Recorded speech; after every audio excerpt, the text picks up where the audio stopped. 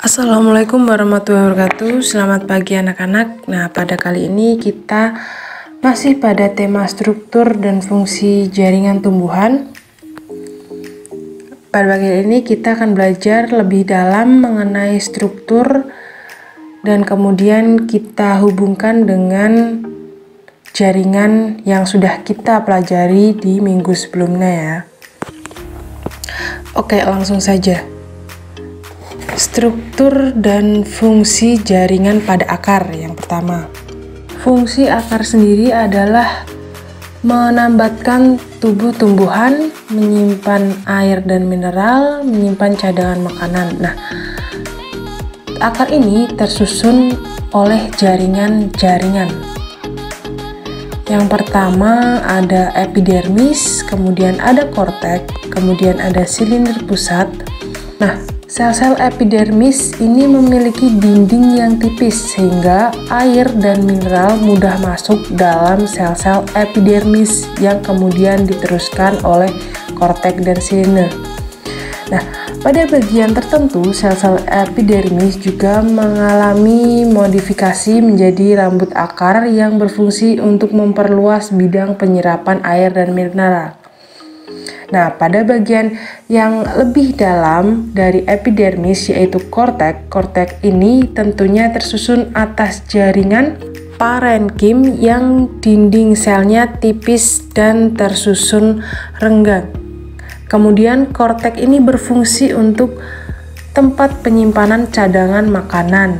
Nah, lapisan dalam dari korteks tersebut disebut endodermis. Lapisan endodermis tersusun atas satu lapisan sel yang membatasi korteks dengan silinder pusat.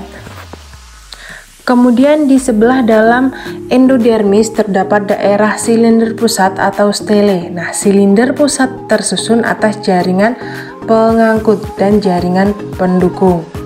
Sel-sel perisikel berfungsi untuk membentuk cabang akar. Nah, pada berkas pengangkut, silinder pusat terdiri atas xilem yang biasanya mengangkut air dan mineral, kemudian ada floem yang berfungsi mengangkut makanan hasil dari fotosintesis tumbuhan. Nah, selanjutnya kita masuk ke struktur dan fungsi pada jaringan batang.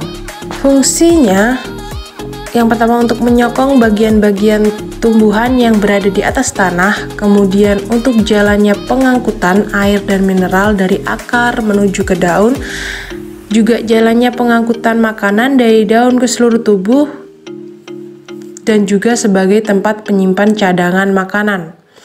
Nah, organ batang ini juga tersusun dari jaringan-jaringan yang membentuk suatu kesatuan. Nah, bisa dilihat gambarnya seperti ini. Yang kiri merupakan dikotil dan kanan dari monokotil. Nah, yang pertama ada epidermis. Pada tumbuhan dikotil yang sudah dewasa, epidermis ini akan merusak dan digantikan oleh jaringan gabus. Kemudian pada bagian yang lebih dalam dari epidermis ada korteks. Nah, pada korteks tumbuhan batang itu akan tersusun oleh jaringan parenkim. Sedangkan jaringan pengangkut atau berkas pengangkut pada batang merupakan kelanjutan bekas pengangkut pada akar. Nah, melalui berkas pengangkut ini, air dan mineral yang diserap itu dapat tersalurkan ke daun. Kemudian pada bagian batang dikotil, berkas pengangkut tersusun dalam lingkaran tersebut. Kemudian pada monokotil dapat dilihat beraturan, sedangkan pada dikotil mempunyai kambium. Nah, kambium ini seperti pembatas antara floem dan xilem. Nah, fungsinya adalah untuk menambah volume batang atau dapat juga sebagai penyimpan air pada tumbuhan-tumbuhan berkayu. Selanjutnya adalah struktur dan fungsi jaringan pada daun. Fungsi daun yang utama adalah mengambil gas karbon dioksida yang digunakan untuk fotosintesis, kemudian mengatur penguapan air atau transpirasi, kemudian ada pernapasan atau respirasi pada tumbuhan. Nah, Sama seperti yang lain, daun merupakan suatu organ yang tersusun dari jaringan-jaringan. Nah, seperti pada gambar tersebut, ada banyak jaringan yang menyusun daun. Yang pertama ada epidermis atas, juga ada epidermis bawah sebagai pelindung. Kemudian ada kutikula berfungsi untuk mengurangi penguapan. Kemudian ada sel-sel epidermis yang mengalami modifikasi menjadi stomata, sisik, ataupun rambut-rambut pada daun. Kemudian ada stomata yang dapat membuka menutup sesuai dengan kebutuhan daun. Pada umumnya stomata ini digunakan untuk mengambil karbon. Dan pada tumbuhan di daerah kering, misalnya kaktus, stomata menutup pada siang hari.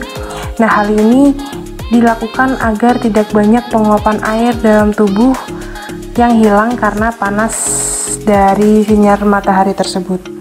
Dan stomata baru membuka saat malam hari. Kemudian ada mesofil palisade.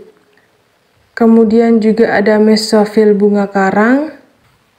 Nah, pada jaringan mesofil ini terdapat banyak klorofil yang di dalamnya untuk proses fotosintesis. Nah, jaringan mesofil ini terdiri dari jaringan parenkim.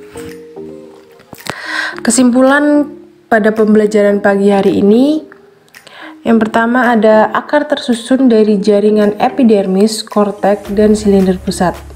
Nah, jaringan epidermis mengalami modifikasi menjadi rambut akar yang berfungsi untuk memperluas bidang penyerapan air dan mineral. Nah, korteks berfungsi untuk menyimpan cadangan makanan, sedangkan silinder pusat terdiri atas xilem dan floem. Nah, jaringan xilem yang berfungsi mengangkut air dan mineral, sedangkan floem berfungsi mengangkut makanan hasil dari fotosintesis. Sedangkan batang tersusun atas jaringan epidermis, jaringan korteks, dan jaringan pengangkut. Adapun berkas pengangkut juga xilem dan floem. Sedangkan daun tersusun atas jaringan epidermis atas, epidermis bawah, mesofil palisade, mesofil bunga karang, dan berkas pengangkut. Berkas pengangkut terdiri dari xilem dan floem.